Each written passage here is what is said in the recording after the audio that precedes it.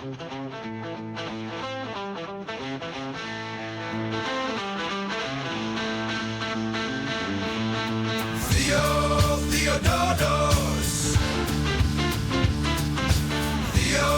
Theododos.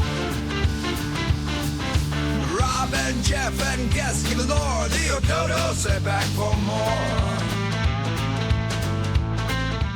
Welcome back to Theododos. I'm Jeff. And I'm Rob. Rob, how you been? I have been well. How have you been? Tired. Me too. I'm there with you. A lot of changes in my life as of late, new jobs and new things going on. So it's left me with, Yeah, how is the lumberjack thing going? it's okay. I'm working at a bookstore currently, which is new for me, and I'm enjoying it because I like being around books and meeting people. So it's been okay, but it's just, it's a little bit of a drive and I'm tired a lot.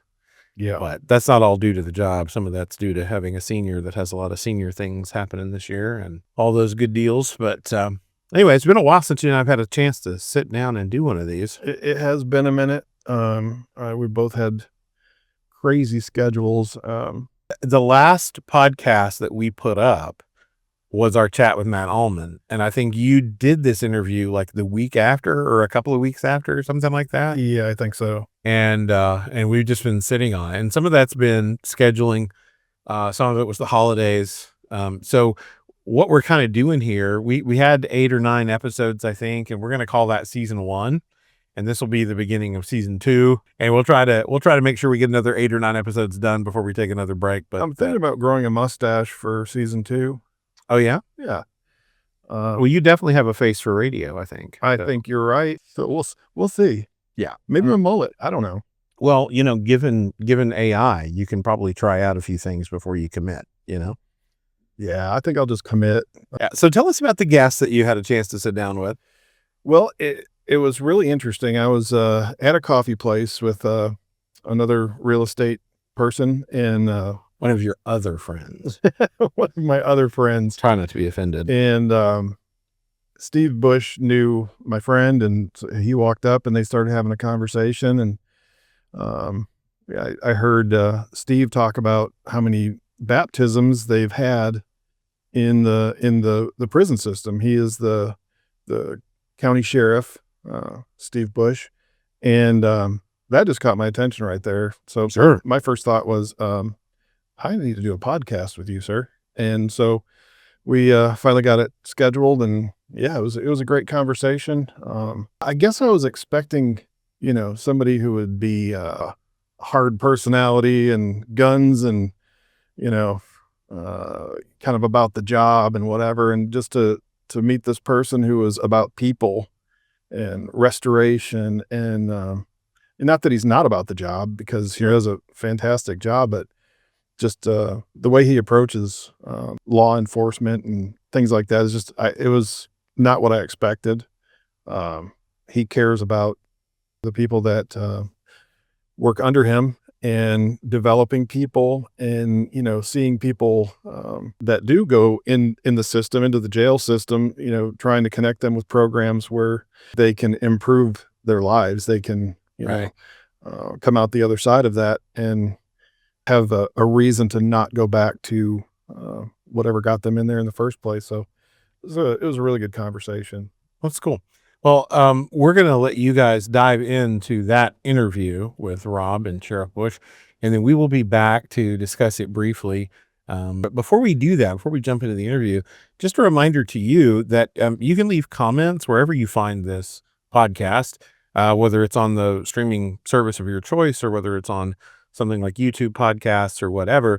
We'd love to hear from you, and we'd love to get feedback from you. So leave comments and share this where you can. We're still trying to grow this thing, and we appreciate everyone who takes the time to listen. So we hope you'll do that and drop us a comment so that we know you're listening. All right. Here is Rob with Sheriff Bush. So we've got an interesting guest today. This is Steve Bush, Sheriff of Floyd County, Southern Indiana. So I met Steve early, I think this spring, and we were me and my commercial real estate sensei and political commentator, Mike Kopp. And just as a note, whatever I say doesn't necessarily reflect his views unless he tells me it reflects his views. But yeah, so you kind of walked up there and started talking to Mike, and I heard you talk about baptisms in the jail. And I was like, okay, I got to talk to this guy. That is interesting. So we're going to have a conversation today about a lot of different things. So this should be very interesting. As far as background, you went to Jeffersonville High? I did. Graduated in 1986. Okay. So we kind of grew up in what we call Parkwood Subdivision, which is behind the Green Tree Mall, but we went to Jeff High. Okay. So graduated there in 1986 and ran cross country and track while I was there, of course, and then went on to run cross country and track at Indiana State University.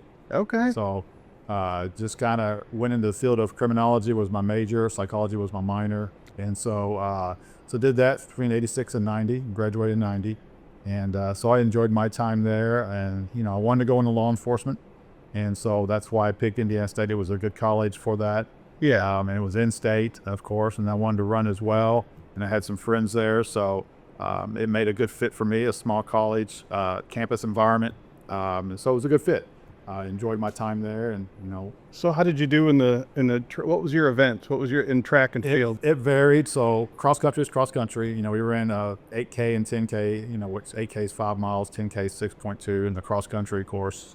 In track, it's a variation from the steeplechase to a 5K to a 10K. I ran the mile. So it's a variation. I was more longer distance, of course, and I was a walk-on. I wasn't the best, and I did the best that I could while I was there.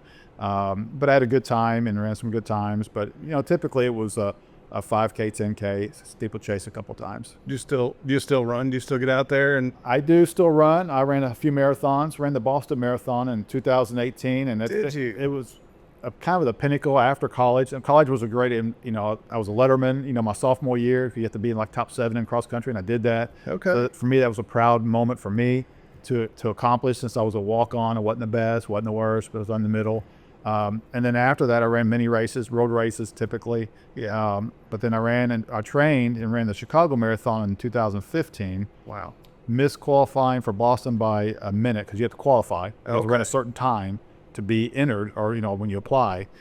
Missed it by a minute. Didn't understand that distance. I trained for it, but man, the last 5 miles I had to walk and jog because I was hurt. I was in a different pain level. And it's true, your body goes through weird things. So I had to walk and jog, but anyways, missed it by a minute for my age at that time. 2 years later, in 2017, ran Louisville Marathon, and I qualified by like 20 minutes. So I really ran a good time there, and then I qualified for Boston, so I applied and got in. So in 2018, I trained for 27 weeks. I was 50 years old, trained for 27 weeks, and went to Boston, and it was 41 degrees, 30-mile-per-hour headwind, because Boston's point to point. And then it rained. Oh, God. Pouring rain at times. Oh, goodness. I didn't change so temperatures were probably freezing with the rain, but I didn't change my plan. I had a goal and I had a plan, and I trained for 27 weeks, spent money. My daughter went, my brother went to support me, and to cheer me on. It was a great experience. And so I missed my goal. My goal was going to 3 hours, but I set my personal best that day when a third of the elite field dropped out. Times were slower. And so I was very proud of the moment to finish, but man, what an experience. And I always talk about it. I talk about the determination and courage to run a race, to finish the race. When you're facing, your mind's telling you need to stop, because your body's going through all these different pain levels. Yeah. Heartbreak Hill is a heartbreak hill, but then there's 2 bigger hills before that. And Boston's traditionally, it starts downhill, but you got a lot of hills through Newton and through Heartbreak Hill. But anyways, so I was a proud moment for me to finish and to set my best time, and still fell short of my goals, but still set my best time. So I learned a lot from that. Yeah. I've ran a couple since, more not really training for them, but just I did a Marine Corps trifecta, which during COVID ran a marathon, a 50K, so a little bit longer, about 30 miles. And then I did Disney. It's called Dopey. You do 4 races in 4 days. this past January, actually. So right now, to your point, the long version, I'm running some, but I got some knee issues that my cartilages are really thinning out. I had meniscus surgery a couple years ago, and so I'm having some issues. So I'm not running as much. Yeah. But I'm still active in terms of what I do. Yeah. And I still enjoy it. There is a runner's high when you run and you feel good about what you do or whatever you accomplish. You know, because as you get older, you just got to change your goals. Yeah. Yeah. Yeah. I hold the local best time around the buffet. I'm sorry, I'm supposed to laugh. Sorry, you can. Yeah. No, I used to be in shape. Once upon a time, I actually got up to 5 miles. I was able to run 5 miles. I'm pretty proud of myself for that. That's awesome. Well, run. Let's call it a jog, a healthy jog. Do you know John Sweetland? Sounds familiar, yes. Well, I used to work for him before I did real estate, Okay. and he was really into running. You probably ran across him up in the knobs and stuff. But yeah, he would work with homeschoolers and had a track team and all that. Did the cross country and stuff. So yeah, I was always jealous of Yes. people that could do that. And I did coach. Speaking of coaching, I did coach at the middle school, Highland Hills Middle Okay. School, for a few years. My kids were in school at that time. They didn't run, but they were in school at time. So to be active as a parent, you know, I said, hey, can I volunteer coach? And so I did that. So it was inspiring to coach the kids there at that level. You know, it's not like high school, a little bit longer season. Middle school, you have several meets. We went to some bigger ones and got parents involved and just inspired them to either do their best and run and challenge them. And so being a coach as well as being a mentor, Yeah. you know, and I'm sure we'll get into how you represent yourself. Yeah. And different things like that. So there's no difference between that coaching and being a police officer in my mind too, as well. Okay. And Yeah. again, we'll dive into that, I'm sure. Yeah. Absolutely. But that was a fun time too. Of just you're trying to mold a young runner, you know, into being the best they can be. Yeah. Especially in a short period of time. But it's rewarding. Yeah, absolutely. Builds character and knowing that you can push past pain and do things. Yeah, that's awesome. So Law Enforcement Academy, 1991? 92. 92. So in 1991, I graduated from Indiana State in 90. 91 got hired at the New Albany Police Department. So I ended up serving 31 years with New Albany Police. Wow. Went to the academy in 1992, to your point. At that time, I think it was 12 weeks of academy. I think now it's 16. Don't quote me on that, but somewhere in there. So they teach you, you know, how to be a police officer. Kids these days, it takes longer to teach them. Oh yeah. The academy's great. The academy's great and all, but the best learning that you have is on the job training. You know, the academy gives you a foundation of knowledge, but practicality when you're actually out there doing the job itself, you know, on the job. At that time, we really didn't have an FTO program. I just rode with a couple officers. Now we have in the sheriff's office we have an FTO program. In New Albany, they have an FTO program now, and I was part of that. I was a trainer as well. Okay. Throughout that time. And then you have the academy and you have the FTO training. So FTO training is on the job. What does that stand for? So FTO? field training officer. Field training officer. Okay. And so you have a field training program that you have an officer go to. They ride with different officers, different shifts, and basically you have a curriculum that you go through and you learn on the job training. So That reminds me, I brought all my speeding tickets. I was going to see if you could sign off on those real quick. no, Oh, okay. got to be held accountable. Floyd County Commission. So I was in 2002. I was elected as Georgetown Township Advisory Board, and in 2004 I was elected as a Floyd County Commissioner, and then again in 2008 and reelected in 2012. And so basically, the Floyd County Commissioner is the executive branch of the county. There's 3 of them, and then you're the executive branch of the county, just like a mayor of the city. You're the executive branch, and a lot of it's over planning and zoning. Okay. You know, how people build subdivisions, houses, and different things. Yeah. You oversee basically a little over 300 employees as well. But it's a weird nuance as a county government because as elected official, they're not over my employees. Or Yeah. they're not over the treasurer's employees, but they are. So we have a county handbook, those rules and different things. So they are in essence. But it is still weird when you have elected official. You work side by side. Yeah. In those circumstances. But yeah, I enjoyed that as well. Out of the 12 years, I was president 6 of those years. Basically, you're leading meetings, you're leading anything that comes through there in terms of decision making. You work with the other 2 commissioners on different things. And so I enjoyed that. I obviously got involved in politics, in 2002. Yeah. Was very successful. And then, of course, ran for sheriff once before and lost a very close race. And then I came back and ran for sheriff and won this last time. So what would you prefer, politics or being in a squad car? That's a good question. Probably being in the squad car. I don't know. That's a good question. A lot of it too would depend. I know we're joking, but a lot of it too would be depending on circumstances. What you're doing. As a police officer, I think I've touched a lot of people throughout my career. Yeah. In terms of what we'll be talking about, whether it's my faith, whether it's trying to help someone, and that goes back to being a servant leader. And so, being in politics has its ups and downs, and it's a variation too, because local politics is different than national politics. Unfortunately, we have to put ourselves in boxes. You're a Republican, you're a Democrat, you're an independent.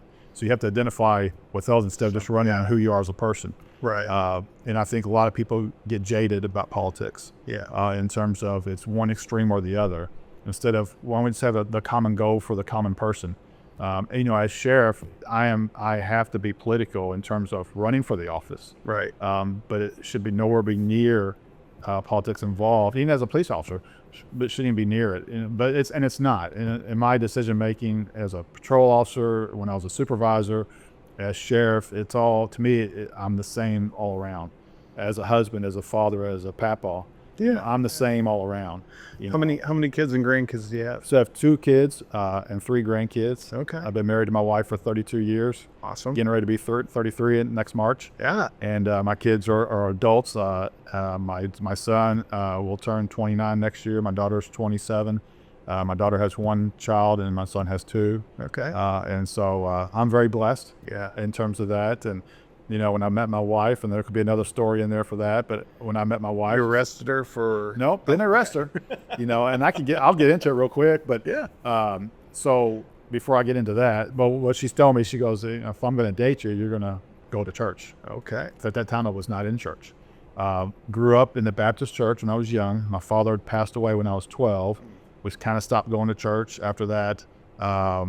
And I don't think he was really involved in church at the young age, but I was involved. We went to a Baptist church on Black Snow Road, New Hope, and fell away, didn't go to church, went through high school, went through college, and then got hired on the police department. And I was kind of been contemplating I felt like there was something pulling at me that I wanted to be involved, or I need to get back involved in church. Well, at that same time, we got hired on. I was riding with a captain, Alan Schroeder is his name. A Christian guy, because so we were driving up to Scottsburg, Indiana. It's about 30 minutes away, 25. We had lights on for whatever reason. About 25 minutes away, going to deal with a guy to check deception case or something. So we're riding all the way up there, and all the way up, he's talking about the book of Genesis in the beginning. And I thought, okay, it was interesting. Got up there, did our business, and all the way back, he talked about Revelations. Now, going up, we talked about Genesis, and on the way back, we talked about Revelations. Beginning and the end. And the beginning and the end. And I'm beginning my career as a law enforcement officer. And so it really hit home on the ride home talking about Revelations. Because it talked about, in my mind, if I remember correctly, all that time ago, that I needed to be in church, I needed to be saved, I needed to do this because I didn't want to end up in hell. Yeah. I mean, in a small, simple version. Yeah. I did not want to go to hell. Right. And it's what stuck through my mind. And so a short time after that, when I say short, I can't remember if it was days or weeks, I met my wife. Okay. 5:05 in the afternoon. I was working security at a store, Hess's, and she came in late, and all I just saw was the back of her because she was late running in. I said, "Hey, how you doing?" And she just turned her head, and that's all I saw. And so then I kind of stalked her after that and got her number. And she wrote on a deposit slip her name, her number, and we were talking about, "Hey, I got hired on the police department. I got to get my own apartment. Do you do decorations?" "Oh, yeah. How much do you charge?" She said 15%. She wrote all that on there, and I still got that to this day in my wallet. And so kind of cool, and that's when she said, you need to be involved in church. So God has a purpose for us and has a reason where we need to be at whatever time that is. Sometimes you don't think that, right? You might go through some turmoil, you might go through the valleys, that you just think, why am I here?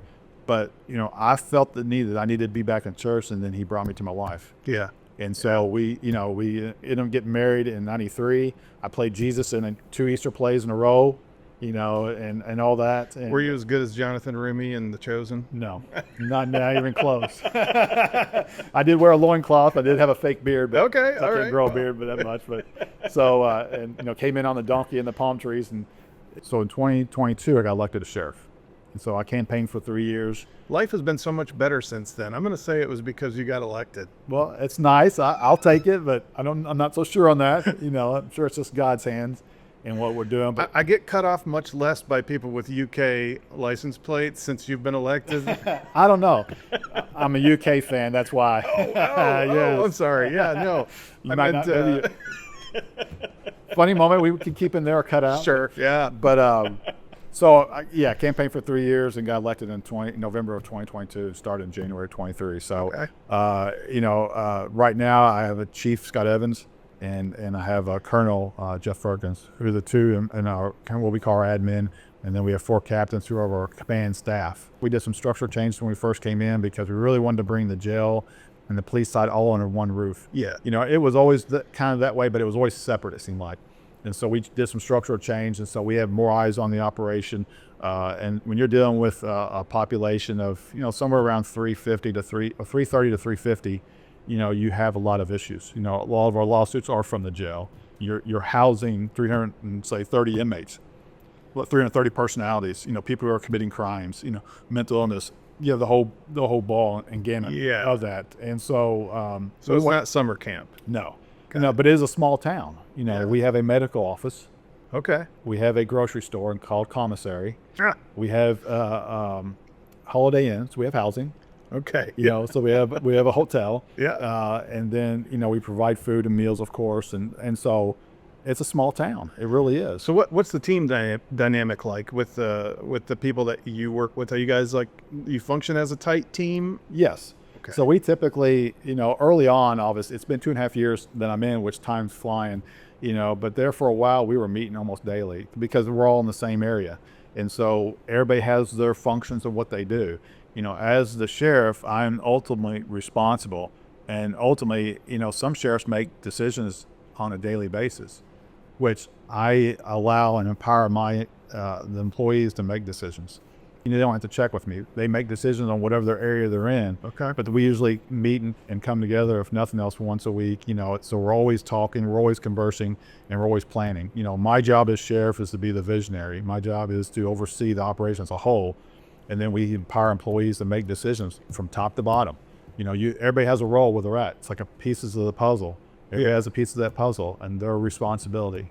I know that's critical to have a team that functions well together. We have a great team. communicates. Yep. Yeah. We have a great team, and then we have, you know, we basically have 3 divisions. Well, technically 4 divisions. We have a police unit, of course. We have police officers, you know, and we have a dispatch, and then we have correctional officers, and then we have several civilian employees, and so they all function as one. The police officers do a great job dealing with the public and handling and be very professional in what they do. And when something I've had happens, very few encounters with police because I'm usually going so fast they can't catch me. Right. No, I'm kidding. But the times that I have met officers, it's been a fantastic exchange. Yes. I mean, very professional, and that's not Very. because of me. That's because they're a very professional group. They understand the assignment. They understand what they need to do. They held their hand up and said, I'm going to protect this community. I'm going to serve this community. And they do that. That's their mission. and it seems like they like what they do. I mean, I can tell, you know, just from the way they carry themselves. It's like they respect Yep. themselves, the community, the job, and it's just like these are good men. Yeah. And we have women as well. And my Sorry, that's okay. good mankind. Yes. My role is to provide the best that I can, the necessary tools, whether it's equipment or whether it's pay and benefits that I advocate and fight for them. Same thing for the correctional staff and the dispatchers. You know, so we have a functioning agency. We have about 148 employees. You know, we're going through budget process now, and our budget will be around 13 million or so. And so, you know, it's a big operation to run. Oh yeah. You know, and I'm ultimately responsible. But that's why it's important as a good leader to empower your employees to be able to make decisions. They're not afraid to make decisions. Yeah. And if something happens, we come back and talk about it. Or they know the vision of what we want to do. We want to accomplish this. You know, we'll get into talking about the jail. We have a Change While Incarcerated program team. And it's a team of 4 employees designated for programs only. We have a transitional coordinator. We have a medical therapist through our medical contract. We have a contract for our medical. But she's a therapist. Sure, all that's part of the budget. Everything that you Everything's guys part of the budget. are trying to. Yeah. We have a programs facilitator, and then we have a liaison to the courts. So they work together as what we call change while incarcerated teams. So we have programs, many programs out there, and a lot of it deals with mental illness and addiction, anger issues, evidence-based stuff. We just graduated 2 inmates yesterday for our adult learning program. So that's the first time in my 2.5 years.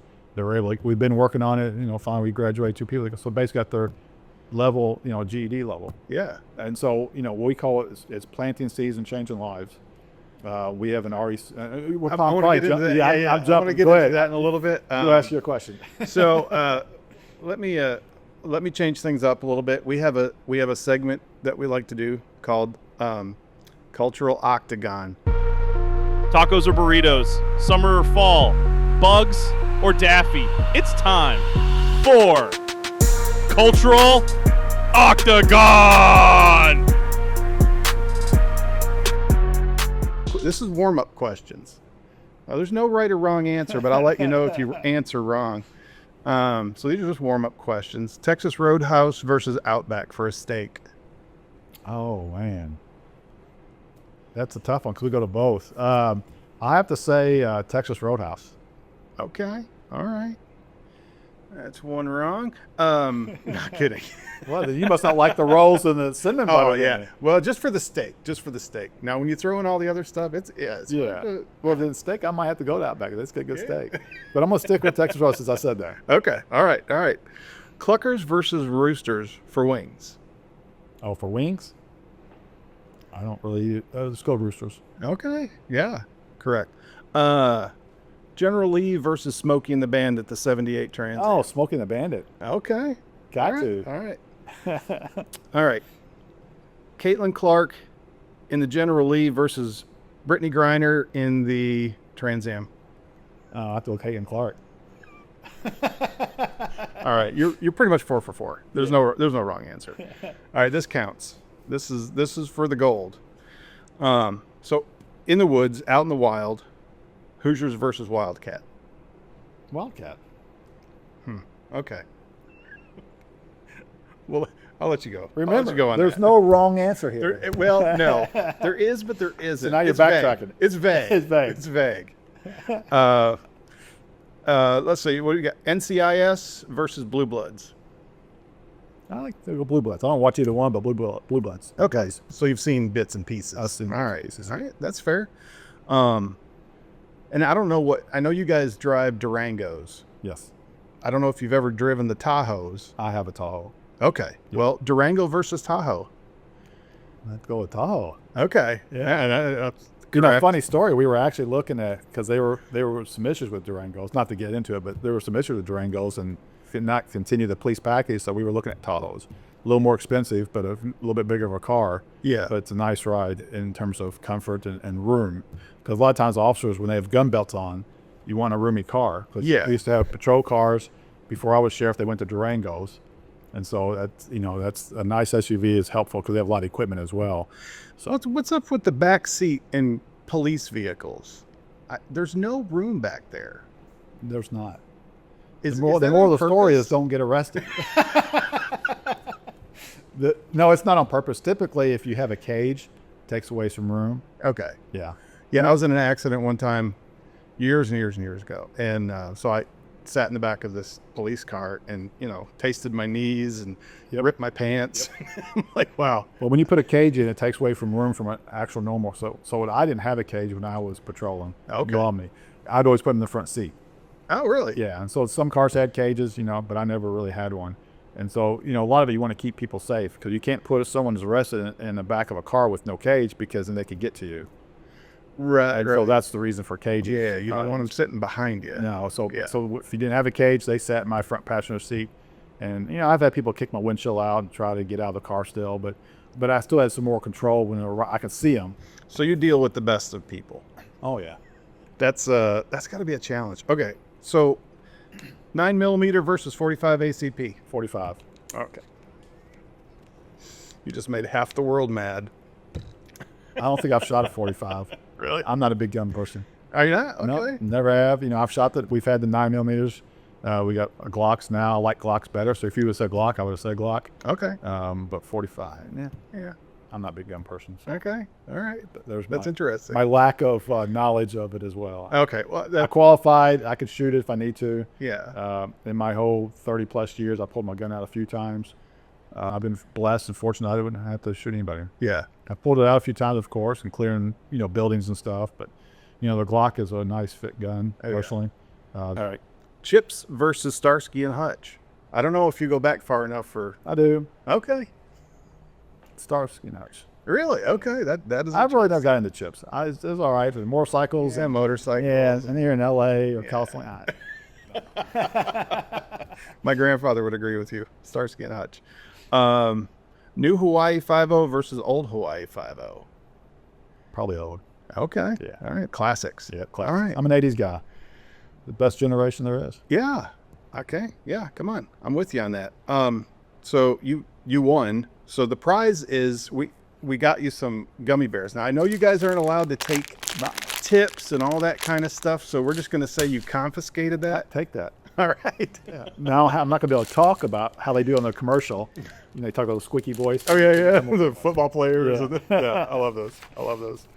All right. Let's get back into some more serious stuff here. So your interest in law enforcement, did that start when you were young? No, not really. Again, my father passed away when I was 12, so I didn't have those later years with my father for any guidance, so I got all that early on. I really didn't have a passion for one thing or another at the time. So going through high school, when I was a senior, I started looking at, okay, what am I going to do for life? What's going to be my profession? And really what drew me to law enforcement was that I wanted to be able to work someplace, not in an office environment, but outdoors, but something that's going to be different day to day. Yeah. And so all my research or what I was looking at, I thought law enforcement would be that. I really didn't have in my mindset early on that being a Sub 2 leader at that time came later. So I really wanted to do something that was different day to day. Okay. And that's what kind of got me started of going the path that I did. All right. So it's nothing dramatic, nothing major. Do you agree with your decision from your younger self? Yes. Okay. Yeah. I mean, because that path and that journey got me to be with my wife, to have our kids, our grandkids, a successful, in my opinion, a successful career. Yeah. In terms of, and again, we're going to dive into more, but helping others, being able to be a rock for others, to be a voice for others. I put people in jail a lot my first several years, throughout my career, but really the first, 5, 7 years, 10 years. And then as a detective for, 10 plus years of solving cases, finding the bad guys, having closure for families on the murder cases that I worked. A lot of fulfillment. So I wouldn't regret what I've done. Has it been hard and challenging? Absolutely. Sure. Did we make a lot of money? No, we didn't. But what is that? And we could dive into it. What is a lot of money? Just like in the video you sent me, they gave up everything to go a different course in life. Yeah. When my first child was born, my son, my wife was working full time, and we decided for her not to work anymore, so she could be home with our children. That was a sacrifice. Yeah. And we had to trust in God and what we were doing at that time. Young parents, not a lot of money, one salary, working through what we needed to work through. So it was those sacrifices. And to your point, and we can get into it, but since we're talking about it, in that video, he talked about getting money in a newspaper, if you call that. Well, same thing for us. There was times where we got a check out of the blue, and it was we overpaid an escrow or something. I mean, you could understand why you got the check. It could have been an insurance check or something, but you got a check out of the blue that you wasn't expecting. The timing. And God has this remarkable timing for us all. And it's not in our time. We want it to be in our time, but it's not in our time. And so it's amazing to go through. So no, I don't regret. I've always regretted some decisions throughout life, right? We all have, Right. to a certain point. But as far as a career choice, it's been a good path. That fits you well. Yeah. So, and it goes back to personalities. I want to do something different day to day was my original thought, and then it just morphed into more. Then that becoming a sheriff morphed into even a step further. At my age, at 57, there's things I'm still learning, and there's things that we're still able to accomplish. 57? Mm-hmm. I wouldn't have guessed that. Yep, 57. Okay. I guess I should have put it together. Education, 80s, years. yeah. Yeah. That's all right. Okay. All right. So no, I wouldn't. It's the running. That's what it is. Yeah. I've been told I'm crazy. But, I've heard that a few times. Well, you got to be sheriff. I mean, come on. That too, but yeah, I'm talking about the running. But Oh yeah, that too. Goodness, yeah. Well, if nothing's chasing you, why? exactly right. Why put all those miles in? But and I think law enforcement has changed over the years as well. Yeah. I mean, if you talk about over a 3-decade career, I mean, things have changed. The market has seen a lot change. And there's things I wish I could have unseen. But even now, as my role in sheriff, I didn't really know what to expect. But at the same time, I knew what I wanted. I wanted to go for it, and we did. Again, I put 3 years into investing into running for sheriff. 3 years. People said, "You're going too early. You're doing this too early." It's like everything else. No one's going to outwork me. Yeah. No one's going to outwork me. And if I want to go after something, I'm going to give it 110%. And so that was my mindset. And politics is weird because politics could be 24/7. Me sitting to you right now, walking out in the hallway, I could talk to somebody, and that could be one person I could talk. It could be a potential vote or something, just as an example. Right. So there's always something you can do because you're basically marketing yourself. Yeah. This is what I'm going to do, or this is what I've done. This is what I'm going to do, whatever the case may be for whatever office it is, from the president on down. You campaign on what you're going to do, and then you have to take that nuance with the political parties. With that, Floyd County is a more conservative county. Yeah. As a whole, but there's still nuances with that, and you have to take all that into consideration. But again, at the end of the day, no one will outwork me, and the things that we want to provide, and now it's. So when I got elected sheriff, where I was going with that was when I got elected sheriff, I had some ideas, but I didn't know what path I would be taking. Yeah. And what the path has taken is the fact that a lot of the passion comes in with those programs of helping the inmates come through. I don't want to ignore the dispatchers or employees, the police or whoever, but because you have to have an eclectic view of that. You have to do something in each one of those, right? Meaning providing the tools necessary for them to do their job, developing those relationships within the agency. Technically I came from the outside. I wasn't a sheriff's office employee. Now I worked with the sheriff's office. I was on a Metro SWAT team years ago. As a commissioner, I helped during bargaining time and get better pay and benefits. I was a supporter of that. So there's areas I worked with the sheriff's office, but I'm from the outside. Yeah. And that's a nuance in itself of I had to take time. It took a good year at least so people to understand who I was. Because one of the things that I learned as sheriff is what I have on my collar means something. I have the sheriff's star. I am the sheriff. Yeah. That means a lot to people. And they treat me different because of that. Because of position. Right. They had to get to know who I was as Steve Bush. And you have to balance it. There's respect comes with the position, and I agree. No matter who's the president, if I came across them, I would respect them, no matter who it is, no matter what political party. Respect because it's the office. Same thing goes for sheriff. It's the office. And so when I'm down talking to people, I go down in jail 2, 3, 4 times a week. I talk to police, when I can see them in different shifts and the dispatchers. I want them to know me. Let's respect the position. I get it, but let's get to know me. And so it took a good year, my first year, pretty much to just keep developing. Saying hi to people. How you doing? How's your building family? relationship. You're building relationships, and that's really what it's about. With someone's faith, you're building a relationship with God. And that carries so much weight in terms of people would just see that. Yeah. And we provide that within the jail, and it's all volunteer, because you gotta kind of watch. You have to respect people's religious beliefs or views. And we do that. Everything's volunteer. We don't reward people or discipline people through food, So we have what we call Residence Encounter Christ. It's an event. It's a 3-day retreat. I could be jumping the gun here. No, you're fine. Go ahead. You got me rolling, so you get what you get, and you can edit it. But we have an REC event called Residence Encounter Christ, and so basically it's a Friday to Sunday event. A Emmaus group comes in, and then they mentor them.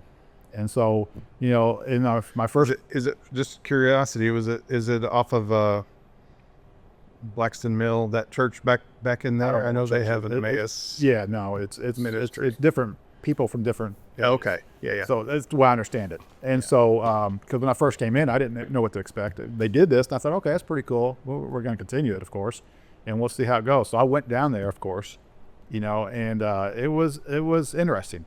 My first 2 years, we baptized 58 inmates. Wow. Now we had it this year, and we haven't did the baptisms yet, but I think we have another 20 probably. But okay. But and I didn't have again, going back to becoming sheriff, I'm going to get into that, but I didn't have a plan of what it just morphed into it organically. And that's the best way, is organically just morphing in. And I went and talked to the employee or the volunteers, gave a little speech, and then I talked to the inmates. And that first year, I recognized a lot of people that came in there, a lot of the men. And I learned some of the women, but more of the men. Or actually, out of both, I probably arrested 3/4 of them. Oh, wow. So that's an interesting concept. And I didn't plan on anything. I didn't prepare anything. I just spoke from the heart. And then this last year, I did the same thing. And I got goosebumps when I was talking. I got a little inspired myself because I was talking about that there's a painting in the Louvre in Paris, France called Checkmate. The devil's on one side and a young man's on the other side. And they're playing chess, and the young man looks like he's in despair. And the devil's laughing because he's going to win. So there's a tour come through of world champion people. Yes. And in that was a world champion chess player. So they looked at the painting and all that, and they moseyed on, and this guy stayed back and started studying it. So the tour guide came back, and I'm not sure if I'm doing this justice. There was a preacher that did this really well.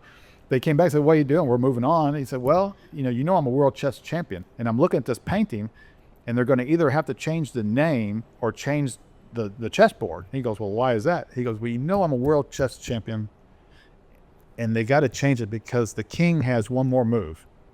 And it was so inspiring when you talk about the king has one more move. He has one more move over your finances, your marriage, your addiction. And I was telling the inmates this, and I'm getting goosebumps again, because I start talking about it, and I even took a step further. And I didn't even look at my notes. I had prepared some notes because I wanted to make sure that is kind of the message I wanted to get across. And I'm not the greatest of message deliverers, but God spoke through me. Because then I started talking about the fact that the king has one more move. You don't have to identify you in this jail right now. And I said, God has a plan for you, and it's not sitting in this jail, but you got to make some decisions. God sent his son to die on the cross for your sins, for you, that you're forgiven. But you got to be willing to have a seat at the table and to listen. Anyways, and man, it was some of the inmates were like, "Man, I needed to hear that." And it was a powerful message, and I didn't plan on it. My point of all that is I didn't plan on that. And so it gives me the opportunity to address guys and gals who are in jail that are going through they're in the valley. Yeah. And some won't get out. That's just the way it is. But a lot want to. They got the addiction or the mental illness that's overpowering them. But they got family and friends that once they get out, they go back in the environment. So our Change While Incarcerated team, the REC event, has been a powerful tool in how we help people. Yeah. And for me, coming as sheriff, I didn't know I was going to do all that. And that's my point of this whole thing, is the fact that, you do listen to God, or you listen to what are you being guided by. And so it's very powerful, and I get people that come up to me that I've arrested years ago and say, "You've changed my life," with just whatever words it was. And I have a few of those examples of just changing lives. And that's what we talk about, is planting seeds and changing lives. And we're supposed to be disciples of men as Christians. And I think God has given me a platform. Tell me, if you don't mind, about some examples that stuck with you. You don't have to name names, obviously, but if Well, I think it's simple. I've had a couple here just recently and come up and said, "Hey, I arrested them. In the ride to the jail, you had talked to me, and you just basically gave me a message of hope. You gave me a message of trying to help and change my life." And some of those have changed lives, and I've heard a couple of those stories. Nothing earth-shattering. So you've arrested them. They're in the back of the car. And going to jail, and I'm just talking to them like a human. Or I could be on the street, and maybe I wasn't arresting them. Maybe I gave them a break. Maybe I didn't have to arrest them, and I had that choice. Sometimes as police, we have discretion. Certain crimes we don't, of course. But certain areas we have choices. And you could be at 3:00 in the morning and have the ability to arrest somebody, and you might, you might have the decision that you don't have to. And maybe you can encourage someone to change, and a lot of times it happens. And sometimes it just takes years. We have people that probably get baptized in the jail that get out, that reoffend and come back. And so you have those stories. You have the stories of just showing grace to people. And that's what it's about, is those things. Do you get what's the vibe? Times they're a-changing, politically, like we were talking about, things are getting polarized and hostile. Yep. I mean, if you're on any kind of, internet, where people are going back and forth, Twitter, whatever. I mean, people aren't giving people a lot of grace. And I know that some of the public opinion around some of the bigger cities, especially in the country, which this is a, medium-sized city here, Louisville Metro, Kentuckiana, whatever we want to call it. It's not a small place.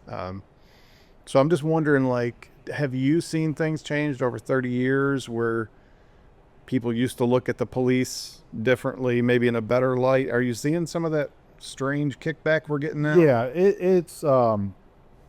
it's changed over the years in terms of, and the simple side of it is the lack of respect for authority. It could be the police. It could be really anything. Teachers. It could teachers. It could be in a grocery store where they just feel like they can disrespect anybody.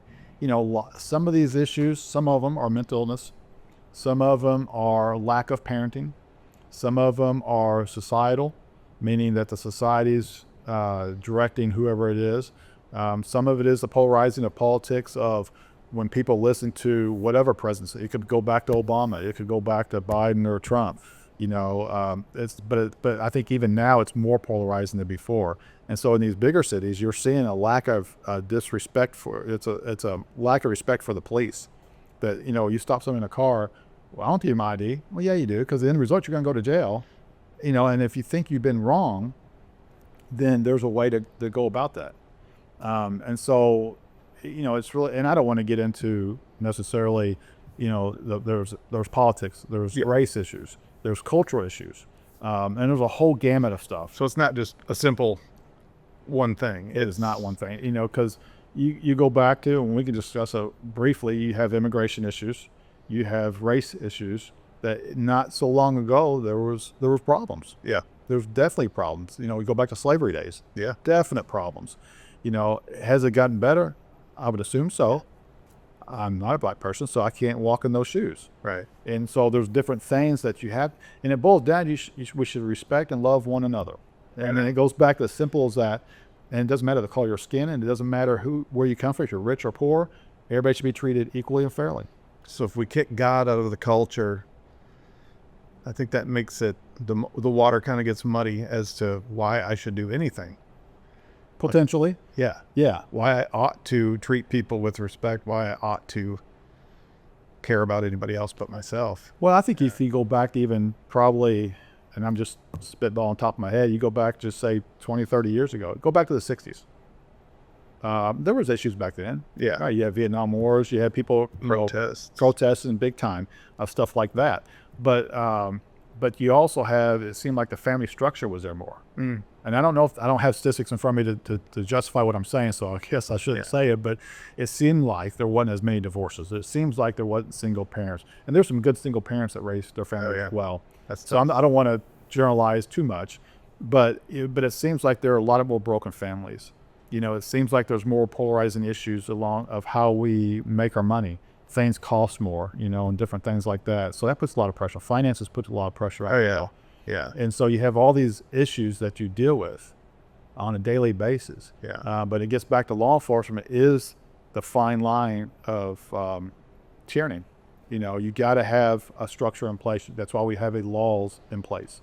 I love that you guys do what you do. Right. I mean, I kind of live out in the country a little bit, and I've had a couple times where, 2:00 in the morning, somebody walks up to my house, and I mean, if you're living on the city street, maybe that happens more often, but when you're out in the country, somebody walks up to your house, it's like, your mind just kind of goes wild with, oh no, is there more than one? Is somebody at the back door? Is this, what's going on here? So being able to pick up the phone and call 911 and hear somebody say, okay, we got somebody coming out there, and you don't have to handle that by yourself. Right. Like in accidents and everything else, when somebody's in stuck in their car or whatever, just to know that you guys are there responding is such a comfort, I think.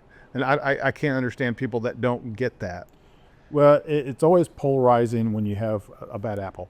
Yeah. So you do see videos where police are not doing the best they can be doing, or there's people that are doing wrong. Yeah. And whether it's the power position, so because they have a badge and a gun, they can do what they feel like they can do what they want. I mean, I see it all the time. It breaks my heart to see another police officer smack someone that's in handcuffs. Yeah. Stuff like that. Yeah. And you have shootings. And you have different things that we've seen over the years. Some of those things, though, are just more polarizing. If people really understood what was being done, or lack thereof, either way, it's not always an officer's bad at, decision making or anything like that. Sometimes it's because the person dictated what was going to happen. Yeah. And the results were because of their actions. Yeah. But again, you go back to everything gets polarized. And then the media likes to cut out the parts where somebody else was escalating it and police are having to respond. So all you see is the police response. Well, we're getting ready to go to body cams next year. Are you? Okay. Yeah. We're the last agency in this area doing it. So we're trying to work that through our budget. Yeah. And so I always caution people with body cams is you get a snippet. Right. Because you're not there, you're not seeing, smelling, hearing things that are going on that you can't with a stripped body cam video. Now, will it help? Absolutely. We probably walk through 500 cameras a day. Yeah. And not even know it, from Marine cameras to just regular cameras or whatever. So to me, it doesn't. I'm okay with it. It's fine because you see cameras all day, and I'm not out to beat people for no reason. So I'm not. It doesn't concern me as much. Well, I don't know. When I said that about UK, you looked like you wanted to take me out. Oh, I wanted to throw punch you. Well, no doubt. If we're in the woods and you're I'm just kidding. Disclaimer here. I'm just kidding. No, yeah. So, anyways. Okay. Well, let me move on here a little bit. So, what would you say is your most important guiding principle? What is that lighthouse that informs you that you're doing well or that you're headed for rocks? Like through your life, what's been your guiding principle? I think it really goes back to my need to serve others, or please others, and that could be good or bad. That could be a hindrance, depending on, especially in my job, whether it's sheriff or whether it's being a police officer, just use the general terms. But I always have this need to want to please others, and serve others at the same time. So it's kind of both. So. Yeah, that's virtuous, I think. I mean, if it's better than the other way of, somebody that just wants to please themselves and not serve others. So, well, and disclaimer wise, there's obviously, when you run for an office, you have to talk about yourself. You're self-serving in terms of, I want to win. Yeah. I mean, that's partly there too, but a lot of times in my job and what I've done in my life in general, it breaks my heart to see, I'm always for the underdog, it seems like. Okay. I would lean more towards the underdog. So I'm not a good bettor, because I would go for the underdogs, like the Hoosiers, underdogs. Yeah. Okay. It fits. It fits. I'm just kidding. That's a bad joke. But no, in my life, that's kind of where I'm at. I don't like to see people hurt and through pains. Yeah. Same thing for animals. I mean, I even related to that. Yeah. We've had to put several of our animals down. They're family. That's harsh. It's very hard. Yeah. But yeah, so that's kind of where I'm at. Okay. Awesome. So faith, we've already been kind of talking about that, but is there a way to connect your faith with everything that you're doing? How do you, as a Christian, does it translate directly into being able to do what you need to do as a law enforcement officer? Or are there times when you're not relying on a biblical worldview of something, you're just going by training or policy or whatever, where you're kind of like, I'm doing what I'm doing because I have to do it? Does it all line up, or do you wrestle with some of the parts of the job that challenge? Is there parts of the job that I would say all of us have something in our jobs, like for me doing real estate. There's some things in real estate where I'm challenged in my faith to respond right to people and not look at them as money and not be slippery sales guy. Sometimes if I'm showing a house or something and I see something that looks like, if this was my mom, would I point that out? So how does that work with law enforcement in your faith? Adam and Eve. Garden. In the garden. Free will. And so I point that out in jest, but at the same time, it's the truth. Is in law enforcement, and I was asked to speak before a church one time, and I'm going to digress a little bit, in front of it was like 200 people in church, and it was off here in Albany. So they asked me that same question: how does faith work with law enforcement? And I was at church camp at the time, and I had time, so I was writing down a speech, and I thought I was doing good, and I was going to talk about the woman at the well with Jesus, and that was always, I always remember back that, and I ripped up my notes when I was talking, because I got up there and I just started talking, as you can probably tell, I kind of talk, but Yeah. man, I was just inspiring. I was, again, that one of those moments where I was training a guy, and he's a pastor now this day, but he was laughing at me because I was all nervous and all this. And so I went in and just knocked it out of the park, in my opinion, and challenged him and said, you got to go out and do this. Be the woman at the well, or be Jesus, because you're going to run across someone at McDonald's. Sit down and have a conversation about God, or sit down just to have a conversation. Either way. And so I use that in terms of, yes, it's a wrestle. It's a balance, but it's also a wrestle because, a lot of times people need to be held accountable. They go out here and victimize people, whether it's through beating someone up, whether it's killing someone, whether it's stealing from them, or all this things, whatever. You can pick the crime. Yeah. And people need to be held accountable. There's also, again, I go back to the word grace and the fact of I've locked many people up. But at the same time, I've shown grace. Have I faltered and yelled at people and all that? Oh, absolutely. It's part of the emotions. It's part of what we have to deal with on a split second, whatever the case. Someone might try to run from me. I take running from me personal. That's a whole different subject. I bet a lot of people don't get away. I had one car that I turned around on. I saw a guy in the car, or for whatever reason, I was going to stop the car. I can't remember exactly. And when I turned around, the car door opened, the passenger door opened, and then it closed. And they pulled over and stopped. I ended up arresting that guy for a warrant. And I think that's probably why I stopped the car. I saw who was in the car. And so I had him handcuffs and all that. And I said, so let me ask you a question. I saw the door open and close. Why didn't you just run? By the time I got turned around, you could have made it between the houses and probably got away. He said, I saw it was you. And I knew I could not run here. So my reputation was building over time, right? And so, my faith is who I am. Ultimately, to answer your question, it's who I am. It doesn't change no matter what circle I'm in. Right. By myself, behind the scenes, out in front in a meeting, out in the public, arresting someone, not arresting. My faith has guided me. And I have a few people that are maybe atheists that say, well, you can't, violation of church and state, or your faith can't be involved. No, my faith is always involved because it's with me. It's who I am. It's the fabric of who I am. Now, I'm not here taking a Bible and thumping it on the corner in my uniform or something. But if I have an opportunity to talk to somebody and say, look, you need to change your ways. Maybe you should get involved in church, or maybe God is your answer. Here's a scripture. And I don't know the Bible like I should. I know enough, and I've read enough, and I've been obviously involved in church and everything else, and I know enough.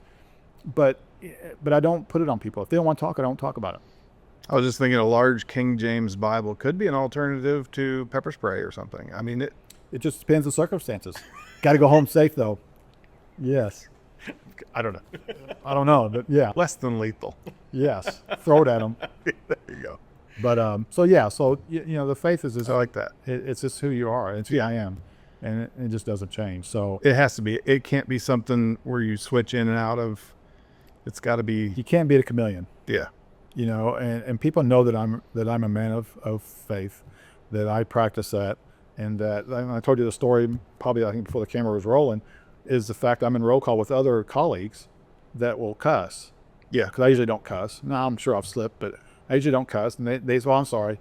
So they want to respect me Yeah. in terms of they know where I'm at with that. Right. It's just a balance. Okay. Because it's hard to see people go through turmoil and pain and being traumatized, Yeah. whatever the circumstance. It could be the worst case scenario of losing a child. It could be the pain of losing a loved one, or whatever the nuance is there. And then people committing crimes, and then holding that guy who just victimized those people and showing that person grace. So it's a balance. It's got to be exhausting. Mentally, it can be. It would take special people to do what you guys do and not get jaded and not get calloused. If you're in it for the right reasons. Yeah. Okay. And there's some that are not, Yeah. right? There's some that are not. It's just part of the profession. Yeah. But majority of people are. They want to help others. And they don't have to be a person of faith necessarily. But a lot of people that I've, in my walks, are to whatever level. But it's all about, what are the principles when Jesus walked this earth of showing love to others and showing that grace.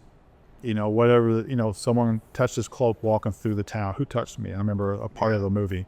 And showed that person grace, or cast the first stone if you have sinned before me, stuff like that. So, there's a lot of areas that involve the faith and law enforcement. So it's really no better, but I have a platform. I have the ability to get to where people are needing help. Yeah. And then you just offer a few words of encouragement. That goes a long way. It does. Especially when you're the one doing the arresting. You know, I mean, that's got to be hard, but if you think that person is despising you and looking down on you, but then that person turns around and shows you that grace, it's like, that means something. Fast forward 20 years of my stories to you, of someone coming up to me and saying, you helped me and changed my life, whatever turning point that was. Our program's facilitator, former addict, former prostitute, been clean for like 16 plus years. And when I hired her in when I came in, because we needed somebody, and she laughed when she saw me. She goes, "You don't remember me, do you?" And I was like, "No, you stopped me in a car a few times during my addiction time." Wow. And, you know, she had a few choice words, called me some names, but we laugh about it.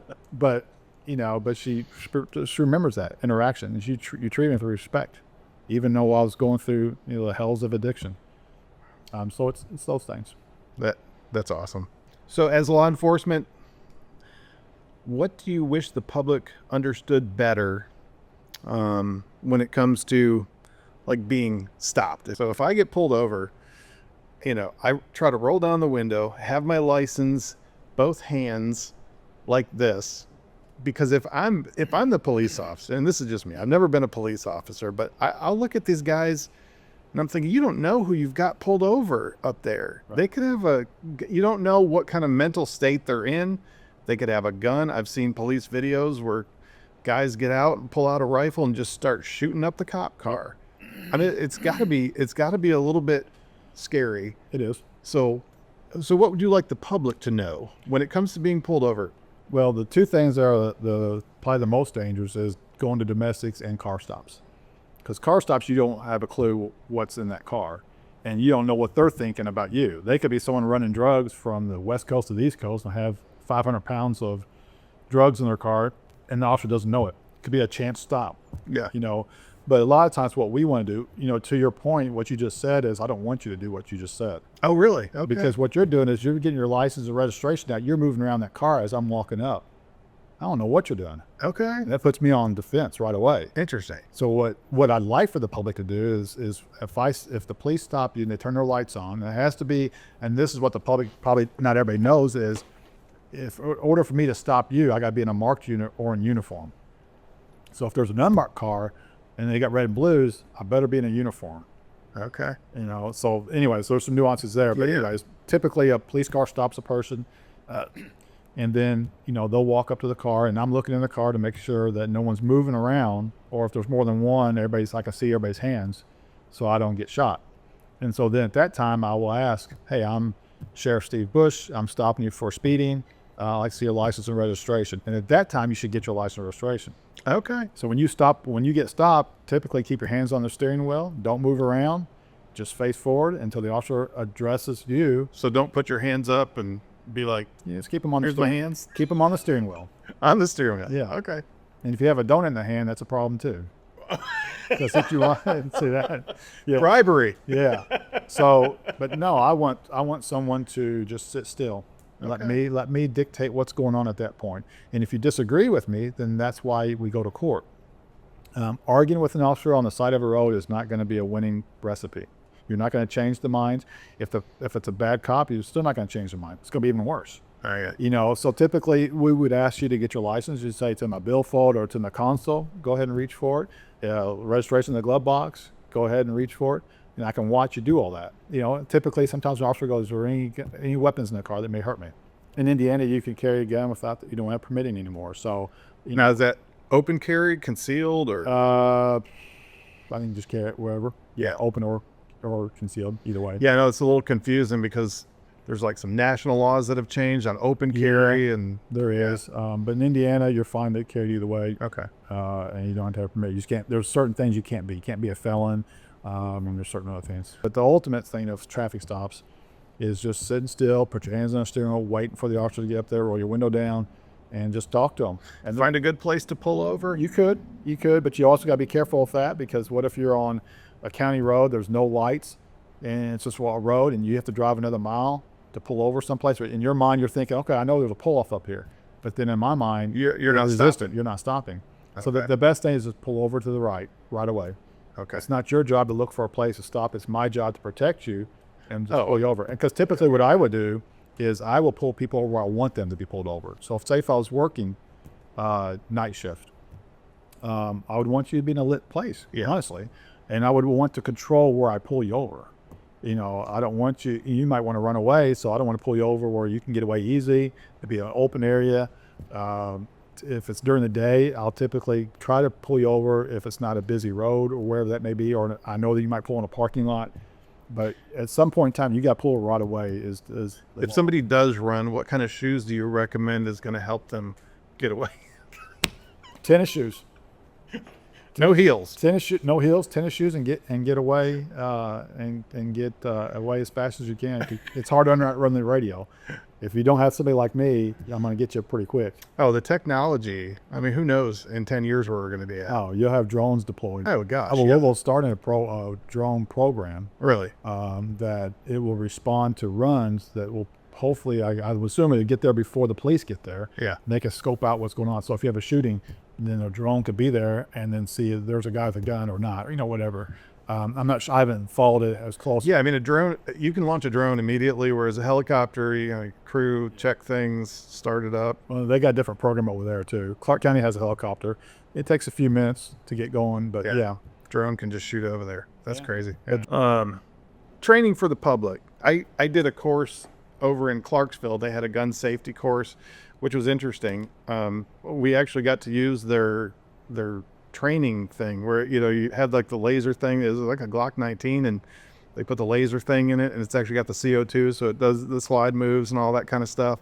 And so went through this training program, and it was very informative. And there were some seniors in there that wanted to be able to protect themselves. And I thought that was very interesting because it really walked them through. And then you went to a live range like the last weekend, and they helped the seniors, even some of them that were having trouble working the gun, they were making recommendations on you might need a revolver.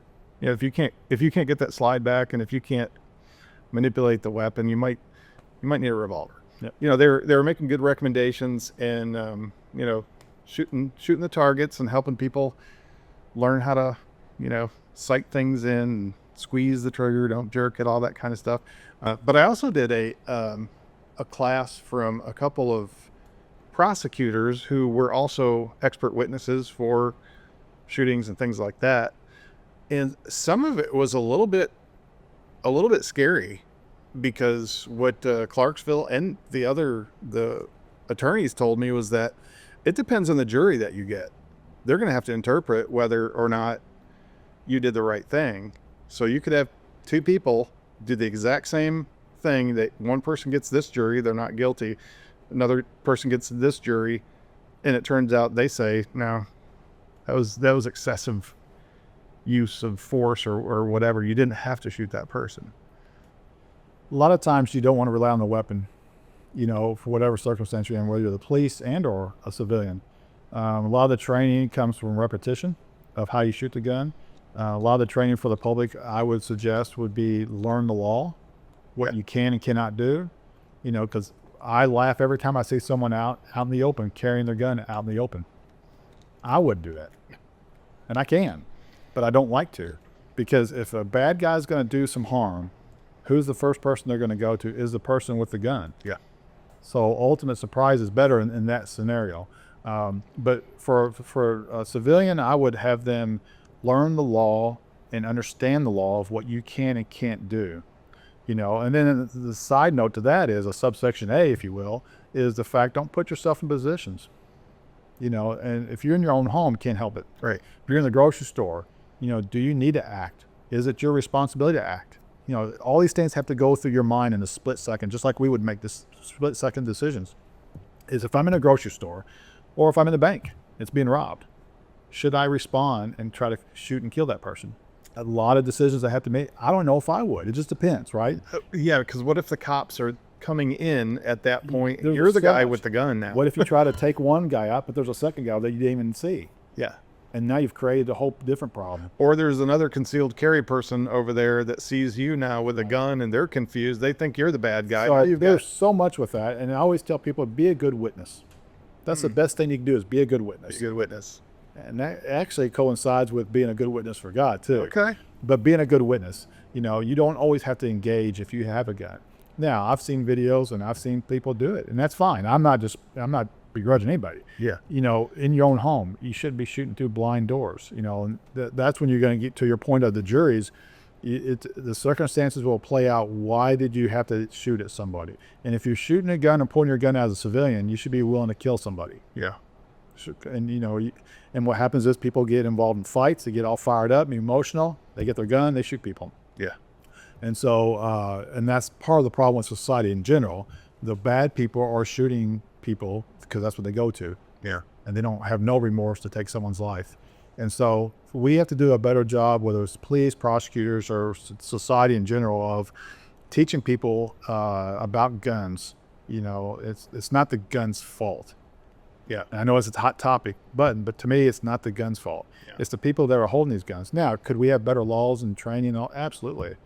I don't see why that can be looked at. Be open-minded to it. But, we do have a Constitution. We do have the ability to carry. And the Constitution is a strong fabric of our history. It's such a fine line, though. But it is a fine line. And so if it's, my wife is out somewhere and somebody comes in doing something violent, I would love that somebody is there to do something to stop that person. But at the same time, I mean, if you misinterpret a situation, even if you make it through criminal court, you could still be sued civilly and lose everything. And that's the whole problem. Get involved when you're not the police. When you're not. Yeah. I have training. I have all this extra training in making decisions and actually have hands-on making decisions in split seconds and trying to interpret what's going on. So for an actual civilian that has not gone through any of that, that's why I try to say, it might not be a popular decision, but I was like, try not to get involved if you don't have to. But to your point, in the worst case scenario, someone is getting raped or someone's getting accosted or kidnapped or being hurt, beaten down, whatever the case, then yeah, you might have to. And that's a decision someone has to make. Is there a better, I don't know about better all the time, but could there be better options that are non-lethal that somebody might? You can go hands-on. Okay. But what if a guy or a gal's bigger than you? Yeah. And then now all of a sudden you're on your back and you do have a weapon. And that person sees that you have a weapon. Now they don't have a weapon, but now they're going to take your weapon. Yeah. So now you're bringing the gun to the fight. If you're not strong enough, if you don't have the ability to you've seen people, UFC fighters. Oh gosh. Yeah. Detain people. Yeah. But they have the skill set to do that. They do that. Yeah. I don't. I don't either. You don't either. No. I don't think. But my point is. No, if I fall on you, no. No. Depends if you're by the buffet. I don't know.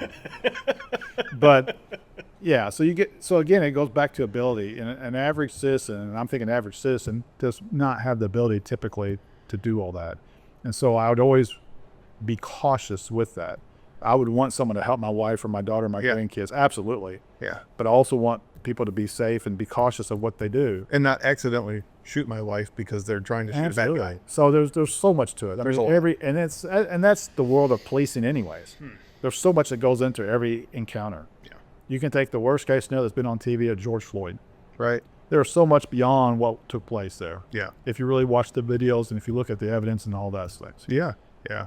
But again, we don't have to get into that, but I'm just saying, use that extreme measures that's been on the news and the news media. There's a lot going on there. There was a lot going on. Yeah. Then you had the media jump in and try him in the public court of media. Absolutely. Yeah. So, but just in general policing, it's just there's so much that goes into a run. Right. I always tell people when I was training people, you go to what we call a vandalism report. Someone just vandalized their fence, say.